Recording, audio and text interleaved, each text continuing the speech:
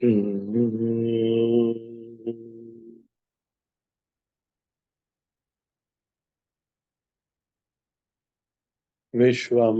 दर्पणदृश्यमाननगरी तुल्यं निजान्तर्गतम् पश्यन्नात्मनि मायया बहिरिव भूतं यथा निद्रया यत् साक्षात् कुरुते प्रबोधसमये स्वात्मानिमेवाद्वयम् तस्मै श्रीगुरुमूर्तये नमः इदम् श्रीदक्षिणामूर्तये समस्तजनकल्याणे निरतं करुणामयम् नमामि चिन्मयं देवं सद्गुरुं ब्रह्म वेदधरम्।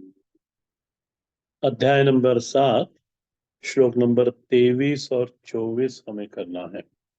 नहीं, 24 और 25। अव्यक्तं व्यक्तिमापन्नं मन्यन्ते मामबुधयः परं भावमजानन्तो मा ममाव्ययमनुत्तमम् नाहं प्रकाश सर्वस्य योगमाया समावृतः मूढोऽयं नाभिजानाति लोको मामजमव्ययम्। अव्यक्तं व्यक्तिमापन्नं मन्यन्ते माम अबुधयः परम भावमजानन्तः माम अव्ययम अनुत्तमम। भगवान कहते हैं कि अर्जुन सुनो, मनुष्य मुझे ठीक तरह से नहीं पहचानता, मेरे स्वरूप को वो ठीक से नहीं पहचानता। और वो मनुष्य कौन है? तो भगवान ने क्या किया? अबुधय। अबुधय का अर्थ है बुद्धू, बुद्धिहीन पुरुष। मम, मुझे, अनुत्तमम, मेरे से उत्तम और कोई है नहीं। मैं स्वयं परम हूँ और अविनाशी हूँ, अव्ययम। ऐसे परम भावम अजानन्तः, ऐसे इस परम भाव को अजानन्तः और अव्यक्तम माम, मैं अव्यक्त हूँ, सारे प्रमाणों से परे हूँ, मुझे नहीं जानते। फिर महाराज कैसे जानते हैं आपको? अर्जुन ने पूछा होगा। तो उन्होंने कहा व्यक्तिम आपन्नम मन्यन्ते, व्यक्तिम आपन्नम मन्यन्ते। देखो, भगवान ने ये श्लोक पहले भी बोला था इसी अध्याय में। मैं आपको वहां लेके चलता हूं। ये 25 में और 24 और 25वें श्लोक में तो भगवान जो उन्होंने वहां पे श्लोक नंबर 13 में जो विषय शुरू करा था, उस विषय को यहाँ पे आके उन्होंने पूरा करा। यहाँ उपसंहार कर देते इस विषय का। क्या बोला था? तो आप अपने पुस्तक में 13वें अध्याय पे, 13वें श्लोक पे जाओ। 7वें अध्याय का 13वां श्लोक। आप सभी के सामने पुस्तक होगी, ये मैं आशा करता हूँ। जिसके पास भगवान भाष्यकार का भाष्य है सो ठीक, और नहीं है तो भी ठीक, तो दूसरी गीता प्रेस गोरखपुर की पुस्तक से। क्या बोले थे भगवान? पहले बोल चुके हैं।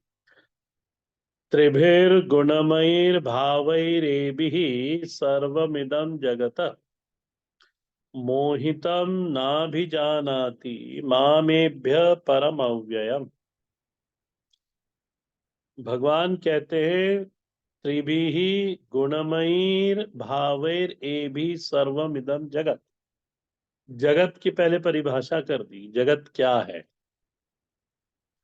बोले जगत काय से बना है? बोले त्रिभी गुणमयी, गुण विकारैः राग द्वेष मोहादि प्रकारैः भावैः पदार्थैः ये भी यथोक्तम सर्वविदम प्राणिजातम।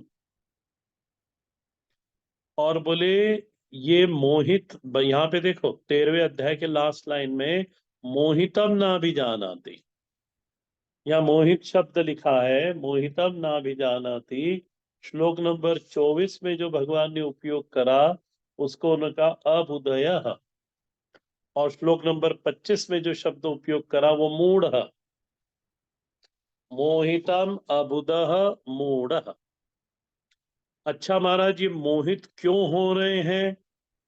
तो उसका हेतु दिया कि त्रिगुण के विकारों के द्वारा, भगवान भाष्यकार को देखना, त्रिभिः गुणमयी भावैर्हि, ये तीन गुण जो है जिससे सारा जगत बना हुआ है, सर्वम इदम जगत, इन तीनों गुणों के विकारों के द्वारा राग द्वेष की उत्पत्ति होती, राग द्वेष मोह की उत्पत्ति होती है।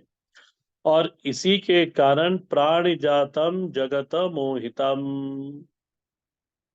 और इन्हीं गुणों के द्वारा ये जो मनुष्य है, प्राणी मात्र है, बोले वो मोहित हो रहा है, वो मोहित हो रहा है, त्रिभिः गुणमयी के द्वारा वह मोहित हो रहा है। भगवान भाष्यकार आगे लिखते हैं, जगत मोहितम अविवेकताम आपादितम सत। बोले ये प्राणी समूह मोहित हो रहा है, विवेक शून्य हो रहा है, अतः वो मुझे जानते नहीं। कैसे नहीं जानते? न अभिजानाति मामेभ्यः यथोक्तम गुणेभ्यः, उन गुणों के कारण। कैसे नहीं जानते? तो भगवान कहते परम, और परम का अर्थ परम अव्ययम, इस भाव से मेरे को नहीं जानते। माने मैं इन तीनों गुणों से अतिरिक्त हूं, व्यतिरिक्त हूं, विलक्षण हूं, मैं अविनाशी हूं, व्यय रहित हूं, अव्यय हूं। और इसका एक अर्थ करा सर्व विकार शून्य, जन्मादि सर्व विकार, सर्व भाव, जन्मादि सर्व भाव विकार वर्जितम इति अर्थः। मेरे अंदर किसी भी प्रकार का कोई विकार नहीं होता, जो प्राणी समुदाय में विकार होता है, बोले वो विकार मुझ में नहीं होता। परंतु इस परम रूप को, मेरे इस परम रूप को, मामेभ्य परमम अव्ययम, बोले इस रूप को ना भी जानाति। इधर भी देखना श्लोक नंबर 24 में, ना भी जानाति भावम अजानंत, यहाँ पे अजानंत है। तो ऐसा, अच्छा ऐसा ही एक श्लोक 18वें अध्याय में भी है। देखो आप, थोड़ा बल मिलेगा पढ़ने में फिर आपको। 18वां अध्याय और श्लोक नंबर 40 में है ये। क्या कहते हैं भगवान यहाँ पे, आप देख लेना। न तदस्ति पृथिव्याम वा दिवि देवेषु वा पुनः सत्वं प्रकृतिजैर्मुक्तम यथे यदेभिः स्यात् त्रिभिः गुणैः। भगवान कहते नास्ति, ऐसा कुछ भी नहीं है इस सृष्टि में, इस 14 भुवन के अंदर ऐसा कुछ भी नहीं है। कैसा महाराज? प्रकृति जैर मुक्तम, जो प्रकृति के तीनों गुणों से मुक्त हो। न पृथ्वी में, न तदस्ति पृथिव्याम, वा दिवी देवेशु वा पुनः, न अंतरिक्ष में, न देवलोक स्वर्ग में, कहीं पे भी बोले ऐसा कोई नहीं है सत्तावान। सत्वम का यह नीचे अर्थ जो नीचे की पंक्ति में सत्व शब्द आया है, इसका अर्थ होता है सत्तावान, सत्ताधारी। जो प्रकृति जैर मुक्तम, जो प्रकृति के जो सत्ताधारी है, वह प्रकृति के तीनों गुणों से रहित नहीं हो सकता, ऐसा इस संसार में कुछ भी नहीं है। न तदस्ति पृथिव्याम वा दिवि देवेषु वा पुनः सत्वं प्रकृतिजैर्मुक्तम यथेदिभिः स्यात् त्रिभिः गुणैः। सारा की सारा जगत त्रिगुण के द्वारा आच्छादित है। अरे त्रिगुण से ही बना है, इसी अध्याय में आपने पढ़ा था। दो प्रकार की प्रकृति बताई थी, परा अपरा प्रकृति, और इसी प्रकृति के द्वारा सारा की सारा जगत बना हुआ है। और यहाँ पे भी देखना 13वें इस 7वें अध्याय के 13वें श्लोक में त्रिभी गुणरमयीर भावे भावै ही भी सर्वमिदं जगत मोहितम नाभिजानान्ति मामेभ्य परमम अव्ययम्।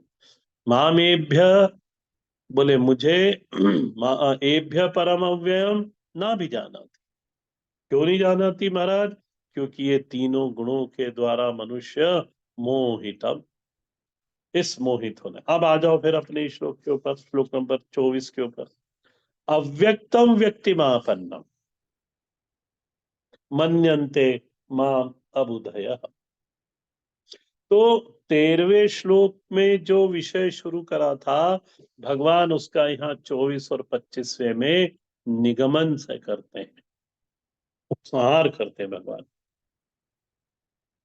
प्रकृति त्रिगुणात्मिका है और उसी के परिणाम के स्वरूप सारा की सारा प्रपंच बना हुआ है।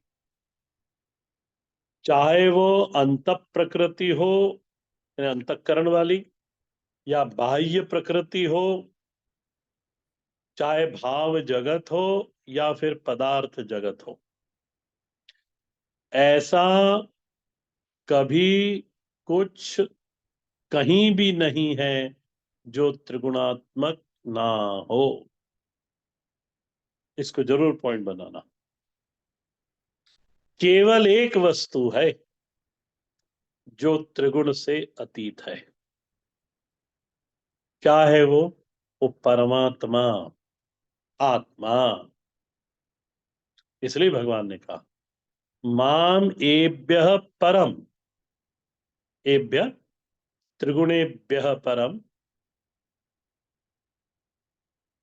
वही पहले 13वें श्लोक से उठाया मैंने। मामेभ्य परमम एभ्य त्रिगुणेभ्य परम। मैं अव्यय हूं, अविनाशी हूं, इन सब गुणों से परे हूं, गुणातीत स्थिति में हूं।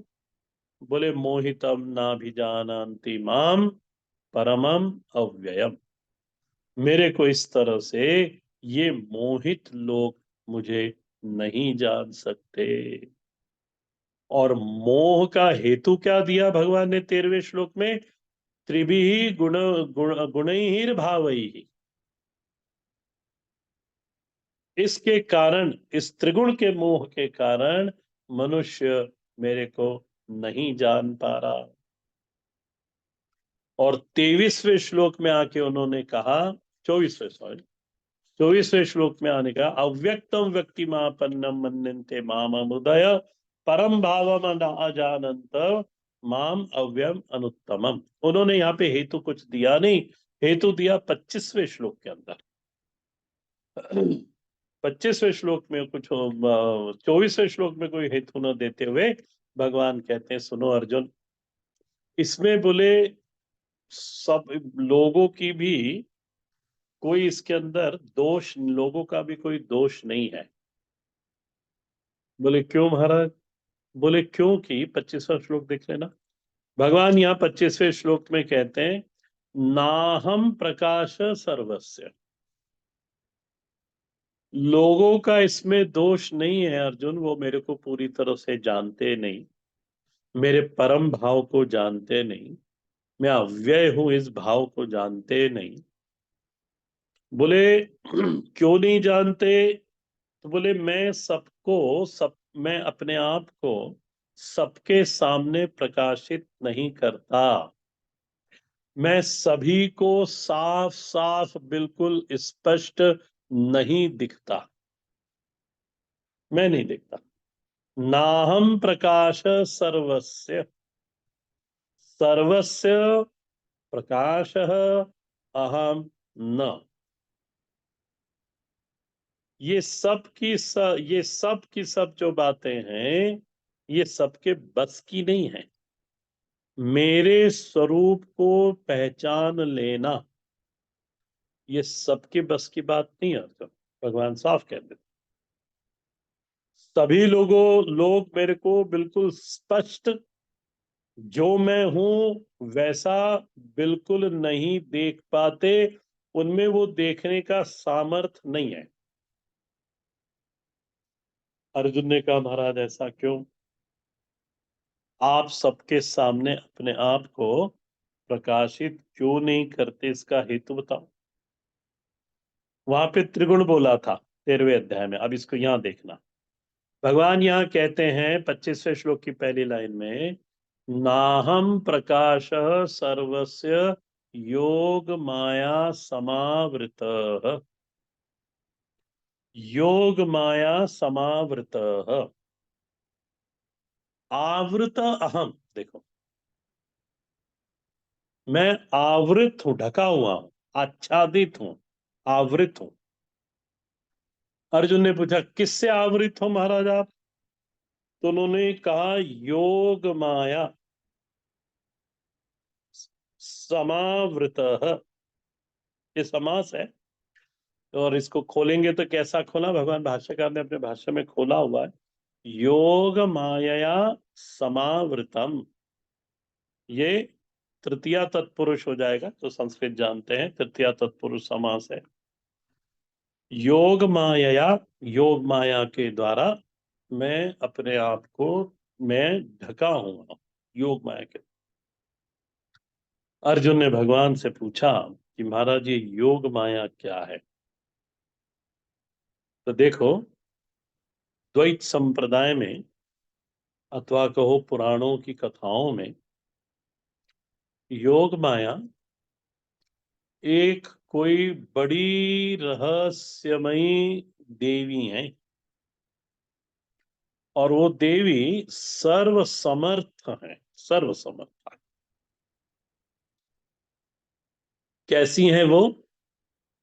तो जो 7वें महीने के बालक को एक गर्भ से दूसरे गर्भ में ले जाने में समर्थ है। देखो, जन्माष्टमी का समय है। देवकी जी का जो 7वां गर्भ था,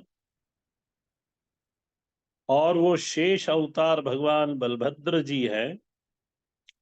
भगवान श्री कृष्ण ने जाना कि महाराज यदि ये जन्म ले लिया इन्होंने यहाँ पे, तो बोले मेरा कोई कार्य बचेगा ही नहीं, क्योंकि ये जन्म लेंगे, वो कंस आएगा और वो पिटाई कर देंगे कंस के। तो बोले मैं फिर जाके क्या करूंगा? इसलिए उन्होंने योग माया को बुलाया, और योग माया से उन्होंने कहा कि देखो योग माया, ये देवकी जी के गर्भ से उठाओ इनको और रोहिणी जी के गर्भ में रख दो। इनकी लीला दूसरी है। यदि ये मेरी ही काम कर लेंगे, मेरे ही डायलॉग बोल देंगे, तो मैं क्या करूंगा? इसलिए भगवान ने योग माया को बुलाया, और योग माया ने वो काम कर दिया। और भगवान ने आशीर्वाद दिया कि हे योग माया, इस पृथ्वी पर तुमको योगेश्वरी, परमेश्वरी, मातेश्वरी, अनेक अनेक नामों से महाराज आपका पूजन तो होगा। और जो आपका पूजन करेगा उसको इस संसार की ऐसी कोई भी वस्तु नहीं है जो प्राप्त नहीं होगी। तो पुराणों में योग माया का वर्णन ऐसा आता है। और जब वसुदेव जी योग माया को लेकर आए और कंस आया, तो कंस ने जब खींचा उस योग माया को, तो माया किसके हाथ में आनी थी महाराज? वो उड़ी, और वो अष्टभुजा देवी आकाश में जाके उसको खूब फटकारा कंस को। तो ये योग माया का वर्णन पुराणों के अंदर द्वैत संप्रदाय में इस तरह से मिलता है। अब देखो यहाँ पर ये योग माया को समझने के बाद श्लोक नंबर 25 को देखो। उन्होंने कहा नाहम प्रकाश सर्वस्य योग माया समावृत। और 24 वाले श्लोक में आया था व्यक्तिमापन्नम। व्यक्तिमापन्नम का अर्थ क्या हुआ कि भगवान को वो व्यक्ति के रूप में मनुष्य लोग जानते हैं, मेरे इस स्वरूप को, परम स्वरूप को नहीं जानते। जब भगवान विग्रह के साथ है और विग्रह के साथ ही उनकी सत्ता समझ में आती है। देखो उन लोगों को जिनका ज्ञान इस त्रिगुण से ढका हुआ है, जो इस त्रिगुण के द्वारा मोहित है, जो कहो इस जगत के द्वारा मोहित है, बोले उनको भगवान कैसे समझ में आते? विग्रह के साथ ही समझ में आते हैं। परमात्मा की सत्ता बिना विग्रह के, बिना व्यक्तिमापन्न के उनको भगवान की सत्ता, परमात्मा की सत्ता समझ में आती नहीं। अच्छा, परमात्मा यदि सविग्रह है तो उनकी माया भी सविग्रह होगी, और वो भी लोगों को विग्रह के साथ, उन माया भी विग्रह के साथ ही समझ में आएगी। देखो जिनकी बुद्धि आवृत है, जिनकी बुद्धि त्रिगुण के द्वारा मोहित हुई हुई है, उनकी बुद्धि में परमात्मा कैसा समझ में आता है? विग्रह के साथ। व्यक्तिमापन्नम, श्लोक नंबर 24 में सुटाया मैंने, व्यक्तिमापन्नम।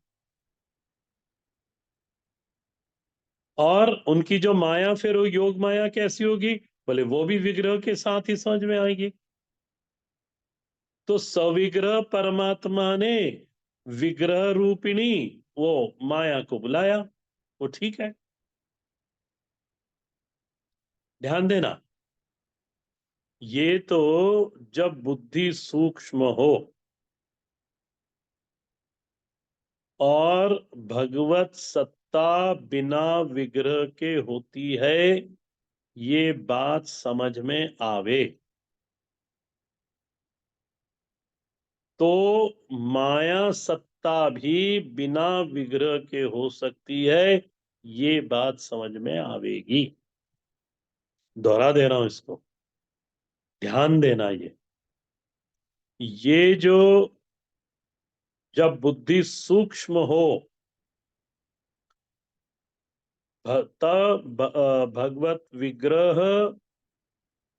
बिना, भगवान का जो भगवत सत्ता है वो बिना विग्रह के समझ में आती है। कब? जब बुद्धि सूक्ष्म हो। नहीं तो परमात्मा बिना विग्रह के समझ में आता नहीं। और जब ये बात समझ में आ जाती है कि परमात्मा भगवत सत्ता बिना विग्रह के भी स्थित है, सत्तावान होती है, तो माया सत्ता भी, माया भी उसी की है, माया सत्ता भी बिना विग्रह के हो सकती है, ये बात तब समझ में आती है। जब हमको सत्ता बिना विग्रह के समझ में ही नहीं आती, ध्यान देना, जब हमको सत्ता बिना विग्रह के समझ में ही नहीं आती, अरे औरों की बात छोड़ दो, हमको हमारी सत्ता बिना विग्रह के समझ में नहीं आती। देखो विचार, हमको हमारी सत्ता बिना विग्रह के समझ में आती है क्या? ये तो श्रवण मनन निधिध्यासन के बाद की बात है। जिन लोगों ने वेदांत श्रवण ही नहीं किया हो, सोचो जरा, आप उनको यदि ऐसा कहोगे कि आपकी जो सत्ता है वो बिना शरीर की है, तो क्या कहेंगे उनको? तो वो लोग जरूर ये कहेंगे कि महाराज इनको जरूर कुछ हो गया है, इनकी थोड़ी झाड़ फूक कराओ। ऐसे लोगों को यदि आप कहोगे कि आपकी सत्ता भी बिना विग्रह के साथ है, तो कहेंगे महाराज इनको रात को अच्छी ठीक से नींद नहीं आई। विग्रह रहित सत्ता, इसलिए कठोपनिषद में क्या सूक्ष्म बुद्धि को अग्रया बुद्धि कह के पुकारा। ये जब सूक्ष्मता आती है भीतर, श्रवण के द्वारा, मनन के द्वारा, निधिध्यासन के द्वारा, तब ये चीजें समझ में आ जाती हैं कि विग्रह रहित सत्ता। अच्छा, कमाल यहाँ पे क्या है कि विग्रह रहित सत्ता है और प्रभाव भी पूरा की पूरा है। ऐसा नहीं कि जो विग्रह के साथ पूरा प्रभाव है तो बिना विग्रह के साथ भी बिना विग्रह के साथ भगवान परमात्मा का, भगवत का, भगवान का वैसा प्रभाव नहीं मिलेगा। नहीं महाराज, बिल्कुल वैसा कि वैसा प्रभाव भी आता है। ये कमाल की बात है। अच्छा, क्योंकि अब हमको हमारी ही सत्ता बिना विग्रह के हम स्वीकार नहीं कर पाते, हमको हमारी सत्ता बिना विग्रह के समझ में नहीं आती, तो तब मनुष्य अपना जो अज्ञान है वो परमात्मा के ऊपर डालता है और फिर वो विचार करता है कि बिना विग्रह के परमात्मा सत्ता कैसी होगी महाराज, विग्रह तो चाहिए। अच्छा, बिना विग्रह के प्रभाव कैसा होगा, तो विग्रह तो अति आवश्यक है, फिर ऐसा मानते हैं। फिर भगवान की विग्रह, भगवान परमात्मा को, भगवान को विग्रह विग्रह वाला मानकर, माने वही शरीर आपन्न मानकर, उनके उन्होंने विग्रहवती माया को बुलाया। जब कथाओं में ऐसा सुनते हैं, तब उन्हें समझ में आता है कि हाँ ये ठीक है कि विग्रह वाला एक पर भगवान है और उसने विग्रहवती एक उसकी योग माया है जिसके द्वारा वो सारा कार्य करता है। बस हो गया। अब ये देखो, ये बिल्कुल समझ में आने लग गया। तो देखो, जन्माष्टमी का समय है ना, तो आप समझना, जन्माष्टमी भी मनाना और परमात्मा को विग्रह रहित सत्ता वाला भी समझना। तो कल मेरे को भी जाना है, कहाँ, ग्रेटर नोएडा। क्यों, तो भगवान जन्माष्टमी में भगवान का जन्म करवाने।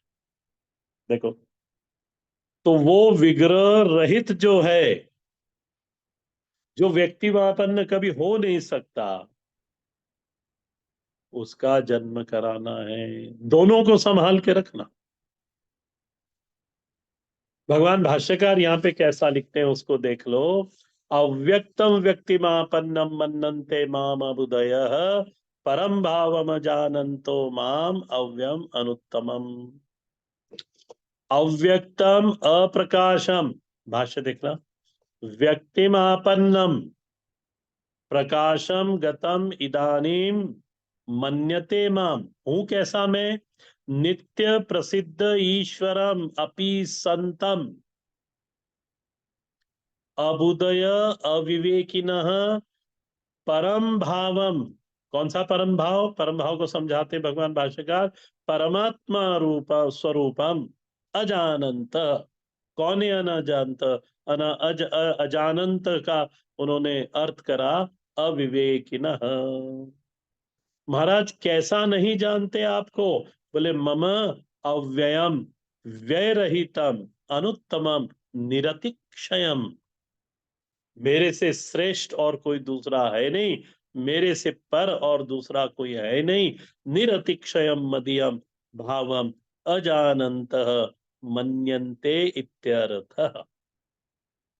मैं नित्य प्रसिद्ध परमात्मा ईश्वर हूं, श्रेष्ठ हूं, त्रिगुणातीत हूं। बोले पर महाराज, ये लोग मेरे को कैसा जानते हैं, व्यक्तिमापन्न आपन्नम, मुझे कैसा विग्रहवान ऐसा मानते हैं। देखो, कल अष्टमी है, आप लोग सब भगवान का जन्मोत्सव मनाएंगे, हम भी मनाएंगे, हम भी भगवान का जन्मोत्सव करेंगे। पर महाराज बिल्कुल ये स्पष्ट रखना कि भक्ति की उपाधि से परमात्मा विग्रहवान भक्तों के लिए बन जाता है।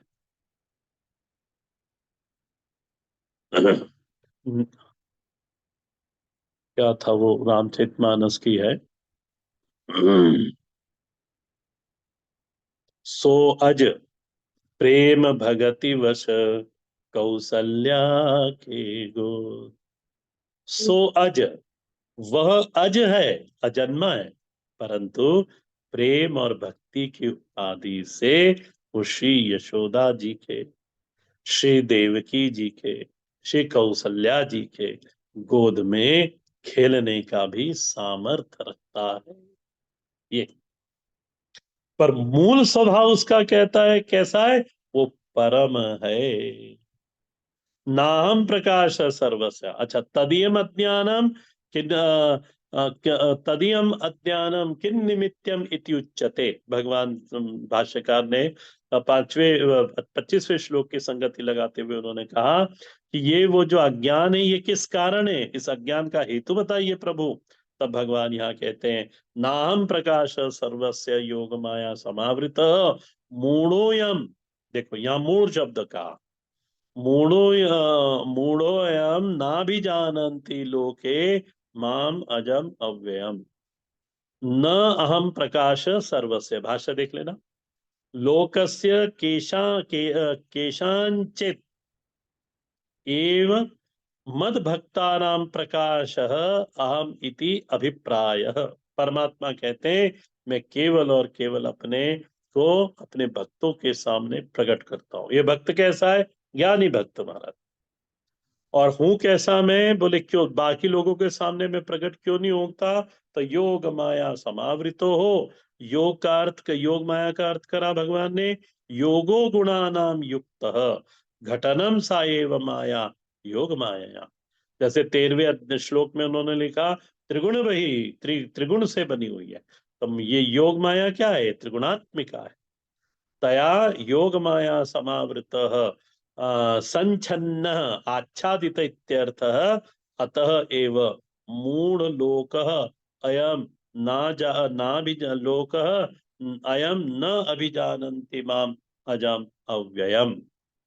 तो आप भी परमात्मा के इन श्लोकों को का आश्रय लेकर स्वयं को भी गुणातीत होने की, गुणातीत सत्ता का अनुभव करने का प्रयास करना।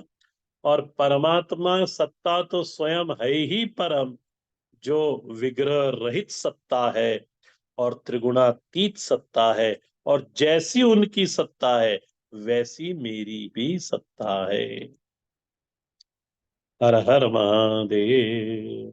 ओम पूर्णमद पूर्णमिदम पूर्णात् पूर्णमुदच्यते पूर्णस्य पूर्णमादाय पूर्णमेवावशिष्यते। ओम शांति शांति।